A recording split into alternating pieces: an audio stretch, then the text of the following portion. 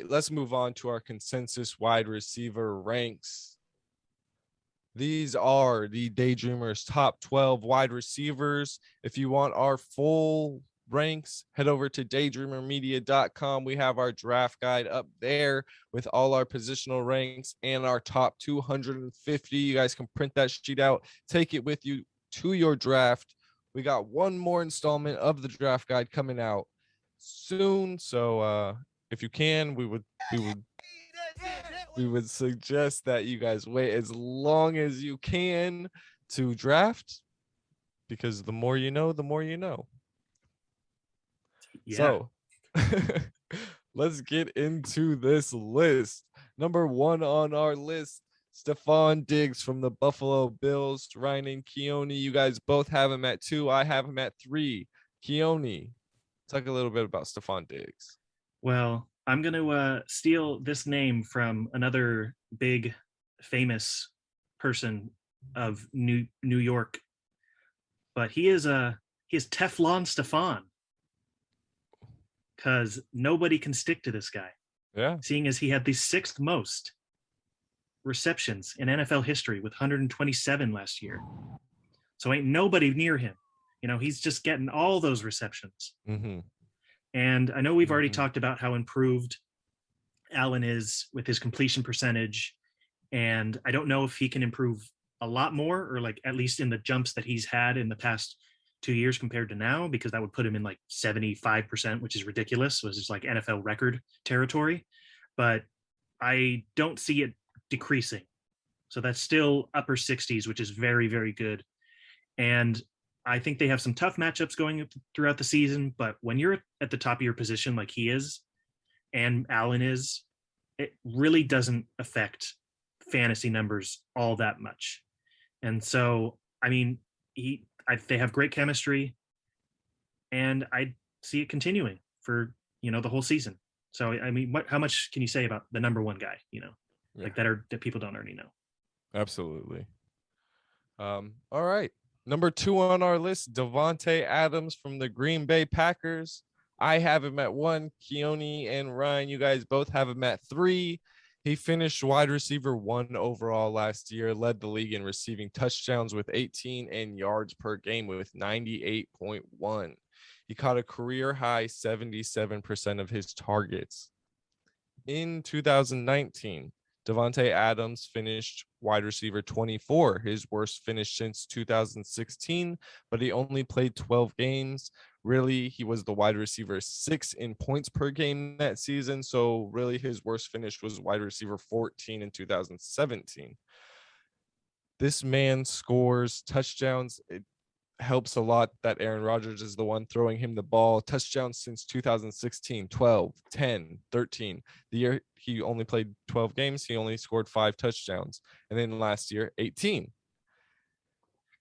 This man, Davante Adams, just lulls corners to sleep with his route running and strikes for huge plays. He's got Aaron Rodgers throwing him the ball. Like I said, I don't see how Davante Adams does not have a huge season.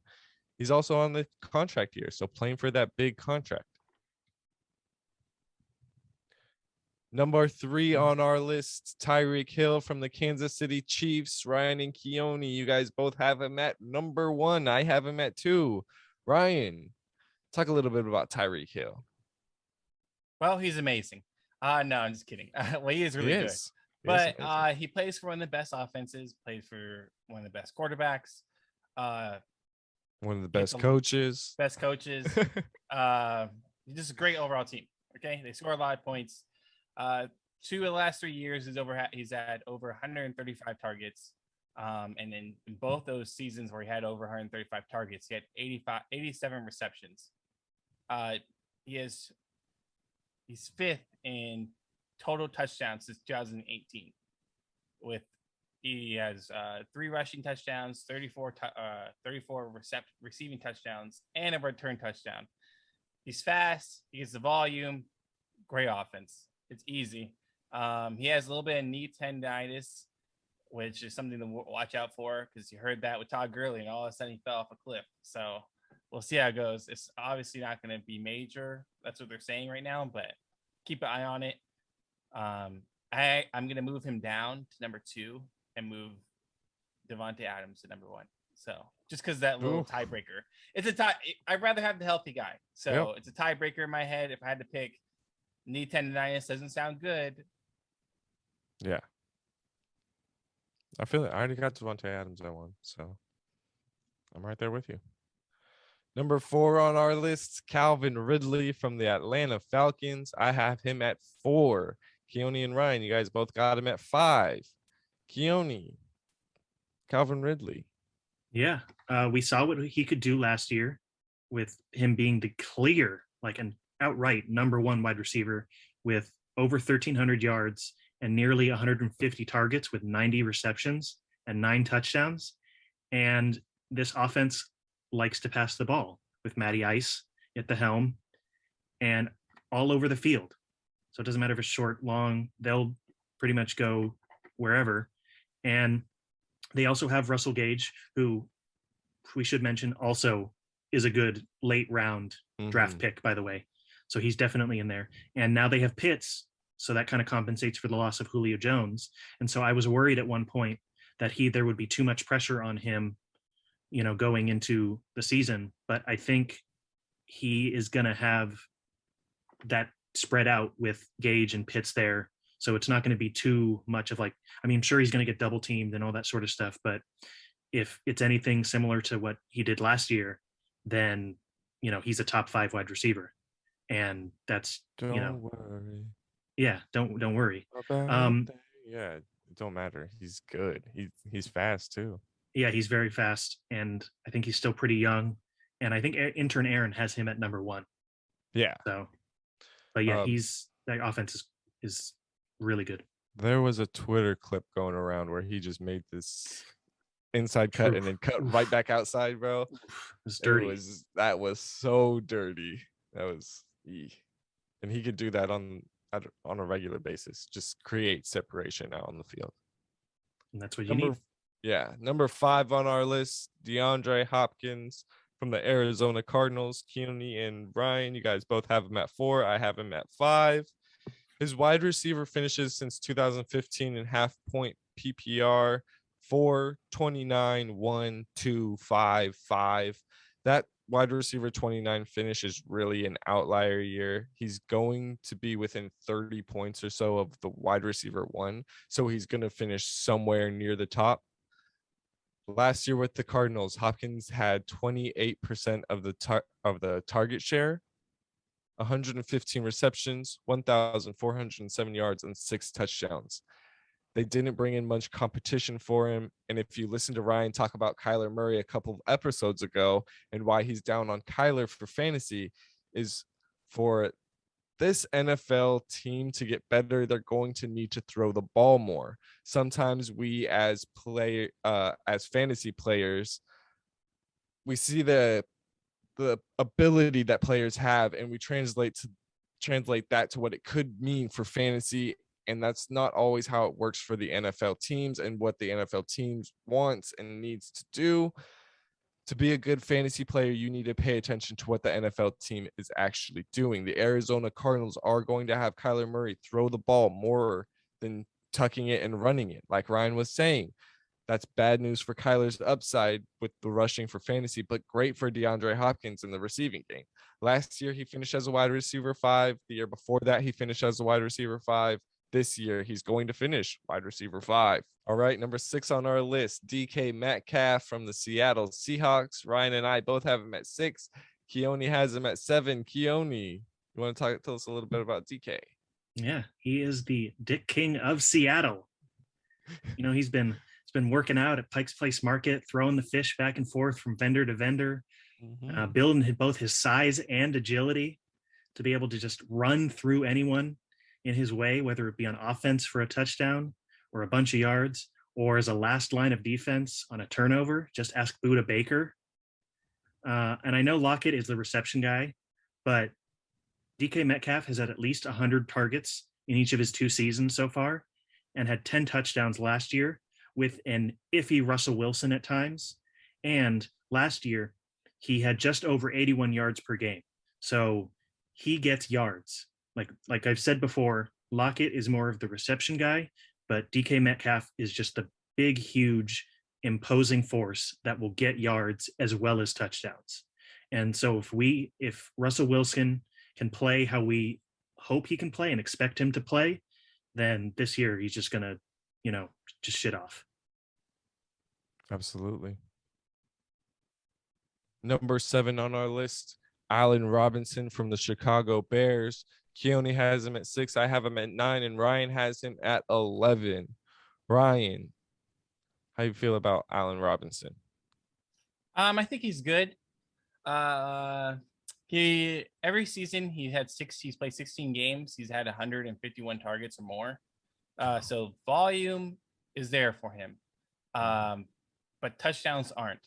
He's only had one season with over double digit touchdowns. In the last 3 years, he's had 6, 7, and 4. So he's not gonna get in the red zone or he's not gonna get touchdowns. It's all about the quarterbacks. He's played with bad quarterbacks his whole life. Is Andy Dalton an average quarterback? Yes. So Absolutely. hopefully he does the same thing. Yeah. But if Justin Fields comes in, maybe there's some hope. The one problem with Allen Robinson is, in my eyes, is that he is a good wide receiver one, but he's not going to finish at number 1. I don't see that in the range of outcomes. So there's some higher upside people I would take over him. But I do like Allen Robinson. He's going to be consistent. If he gets 151 targets, he's going to be a number 1 receiver. Who knows? There's just higher upside guys, you're saying? Yeah. Allen Robinson is like a less better version of Keenan Allen to me. They're both going to be wide receiver ones if they get targets, and they get a lot of targets. They are just not going to finish number 1. All right. Speaking of Keenan Allen, he is number 8 on our list from the Los Angeles Chargers. I have him at 7. Keone and Ryan, you guys both got him at 9. Last year, he finished wide receiver 14. He finished with 100 receptions, which was 7th in the league, 992 yards, so just about 1,000 yards, and 8 touchdowns. Since his injury in 2016, so from 2017 on, he's been top 12 in receptions in the league. He was 4th, 12th, 3rd, and 7th this last year. The connection with Justin Herbert is just going to get better, and Keenan Allen will thrive in this offense. In half PPR leagues, getting Allen in the 3rd round as your first wide receiver, if you went double running backs, or if you wanted to go grab one of the top tight ends, Keenan Allen as your first wide receiver is looking good. I mean, can't be mad at that.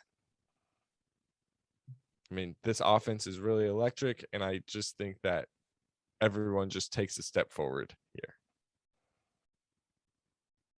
Number 9 on our list, Justin Jefferson. Ryan has him at 7. Keone has him at 10. I have him at 11. Ryan, you want to get into Justin Jefferson a little bit?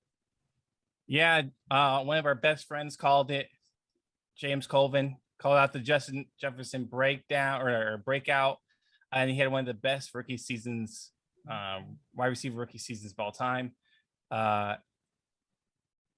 He has an AC joint, huh? They hurt. I'm pretty sure it's a shoulder injury. That scares me a little bit. No, but he says he's gonna play. He's Kirk Cousins, good quarterback, not gonna run it. They're a little run heavy, but when they get behind, they actually throw a lot. And I think Kirk Cousins led the NFL when he's trailing with touchdown passes. Justin Jefferson took the number 1 role pretty quick from Adam Thielen. Adam Thielen became the touchdown guy. I think Justin Jefferson has the upside that I was talking. Allen Robinson doesn't. Justin Jefferson could finish as a number 1 receiver. His AC joint is something to look out for, but I'd be very comfortable with Justin Jefferson being my lead guy. He is back at practice. He's not running full 11 on 11s, and he's wearing a red jersey, so non-contact jersey, but he is now back at practices. Just the update. And remember, he did, one more thing, he started off slow. He didn't even start until week 3. Yeah. And after week 3, he had 8 games with 8 or more targets. Like, that's when you start peppering the ball. The first 2 games, he had 3 targets each. Yeah. Did nothing with them. Absolutely. And he went off the rest of the year. Number 10 on our list, A.J. Brown from the Tennessee Titans. Ryan and Keone both have him at 8. I have him at 12. Keone, you want to talk about A.J. Brown? Yeah. And so if you're all familiar with Jim Croce, then you can all sing along with me. You better be aware of a man named A.J. Brown. He's a bad A.J. Brown, the baddest man in the whole damn town. The baddest man in the whole damn town. So yeah, they got rid of Corey Davis and Jonnu Smith, but they got Julio, so he'll be a really good number 2. AJ Brown is the clear number 1 there. I don't see Julio taking that spot from him really, because like we said before, Julio doesn't really get touchdowns very much. I mean, he can this year. That would be great to see that. But AJ Brown caught more than a quarter of Ryan Tannehill's total passing yards last season because he had over 1,000 yards, and I think Tannehill had like 3,800 yards total passing. So that's just a ridiculous amount of like volume for him at wide receiver. And he's had over 1,000 yards in each of his 2 seasons so far. I think he'll be even a bigger part of the offense because of the departure of Corey Davis and Jonnu Smith. And I don't think he's going to really be affected by, the coverage because he's pretty big. And I like their schedule. It only really gets tough after the bye week, really, because they had a few of the top 10 defenses there, like in a row. But there's a lot of games before that where he can do a lot of damage to opposing defenses. And I think if him and Ryan Tannehill are kind of clicking in sync like they did at certain points last year, that's a very, very bad duo to face. Yeah. And he can take any ball to the house. Yeah. Any play. He's one of the few people that can do it in the NFL. Number 11 on our list, Amari Cooper from the Dallas Cowboys. Ryan has him at 12. Keone and I both have him at 14. Amari Cooper is really good at football when he wants to be. He takes plays off. He takes games off. But in the last 4 seasons, he's gone over 1,000 yards each season. And he just had the drop off from 7 touchdowns to 5 touchdowns this past season, but that was without Dak. So other than whenever he had Dak, 7+ touchdowns in the last 4 years. The past 2 seasons with Dallas, he's been the wide receiver 9 and 16. Again, 16 without Dak Prescott for a majority of the season. He has finished outside of the top 24 only once in his career. So he is for sure going to be a number 2 wide receiver with that upside. Yeah, he's going to take plays off. He's going to take weeks off, but he will finish up here in the top wide receivers. Number 12 on our list, Chris Godwin from the Tampa Bay Buccaneers. I have him at 8. Ryan has him at 10, and Keone has him at 11. Ryan, talk a little bit about Chris Godwin. So Chris Godwin had a down year last year compared to the year before, but he did also miss 4 games, and then they had a new quarterback. And so with that, though, the last 3 games of this season is when I felt like him and Tom Brady finally started getting together. He averaged 5 catches on 7 targets for 84 yards and a touchdown. Right? Absolutely consistently working. And that's when they started winning games and blowing out everybody. All right. If Chris Godwin can have 16, 17 games with Tom Brady, and they are actually connected on this offense, which could be the highest scoring offense in football, he is going to dominate and be a wide receiver 1. Everyone has Mike Evans over Chris Godwin. This podcast is different. Mike Evans, again, is inconsistent and only catches touchdowns. Chris Godwin, 20-20, and he can be in the red zone. The last 3 years, 7, 9, and 7. All right. He gets touchdowns. last 3 games showed it. Again, 5 catches on 7 targets for 84 yards and a score. That's what you want. That was in the fantasy playoffs. All right. I think he is going to be a lock for this top 12. Yeah. I think you said it like this podcast is in love with Chris Godwin. I think all 3 of us are really, especially over Mike Evans. I think he is another player that has wide receiver 1 upside and is locked in. I mean, has a super high floor too. And 8 in his 12 games, he had 7 or 6 or more targets. He's getting peppered in all the games. He just wasn't playing consistently either. Yeah. All right, that'll do it for our list. I'll run through them real quick. Number 1, Stefon Diggs. Number 2, Davante Adams. 3, Tyreek Hill. 4, Calvin Ridley. 5, DeAndre Hopkins. 6, DK Metcalf. 7, Allen Robinson. 8, Keenan Allen. 9, Justin Jefferson. 10, AJ Brown. 11, Amari Cooper. And 12, Chris Godwin. Ryan, you want to ask us those same questions you asked us about the running backs? I was thinking about it, but I couldn't remember the first question. Okay, which one has the highest chance to fall outside of the top 12? And I think it is Amari Cooper. Just because he's going to outside of the top 12. I think he'll for sure be a top 24 wide receiver, and also I just don't really want him on my team because he does take weeks off, full weeks. I just can't get behind it. I can't have my wide receiver 1 killing weeks like that for me. Oh man, it's a tie for me between Allen Robinson, Amari Cooper, and AJ Brown. Who you got, Keone? Or you want to get into it, Ryan? Yeah, let me. Okay.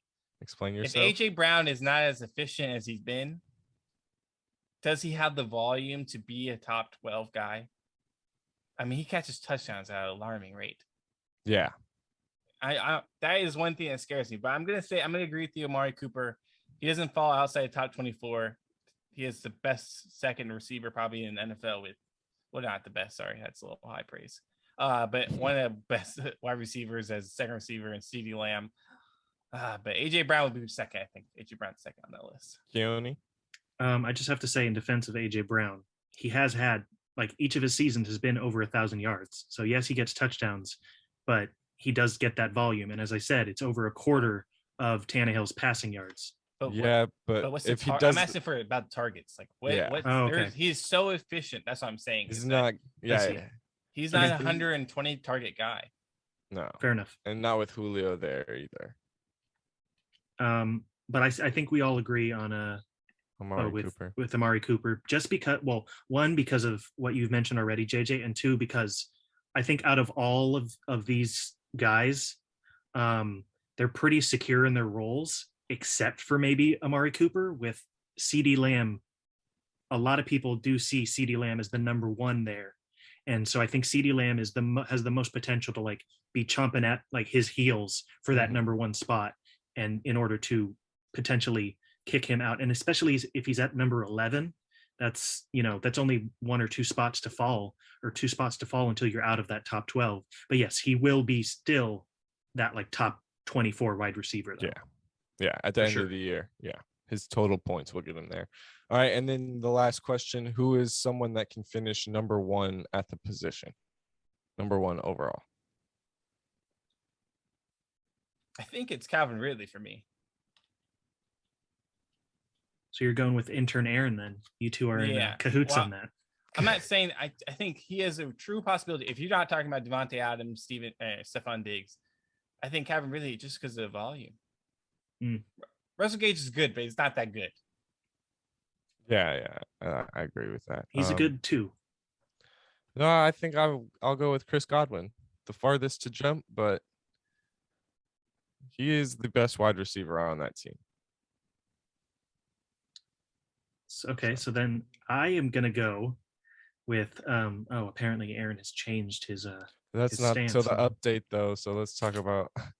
Anyways, I'm sorry. I think I'm gonna go with upside, and like if everything goes right, I think because I believe in that offense, I think Keenan Allen, because he's tall, he's big, and I think I just if that don't know offense, if the touchdowns will go his way to have him finish number 1 at the position. They brought in Jared Cook, and like Ryan said, Mike Williams should get a couple more.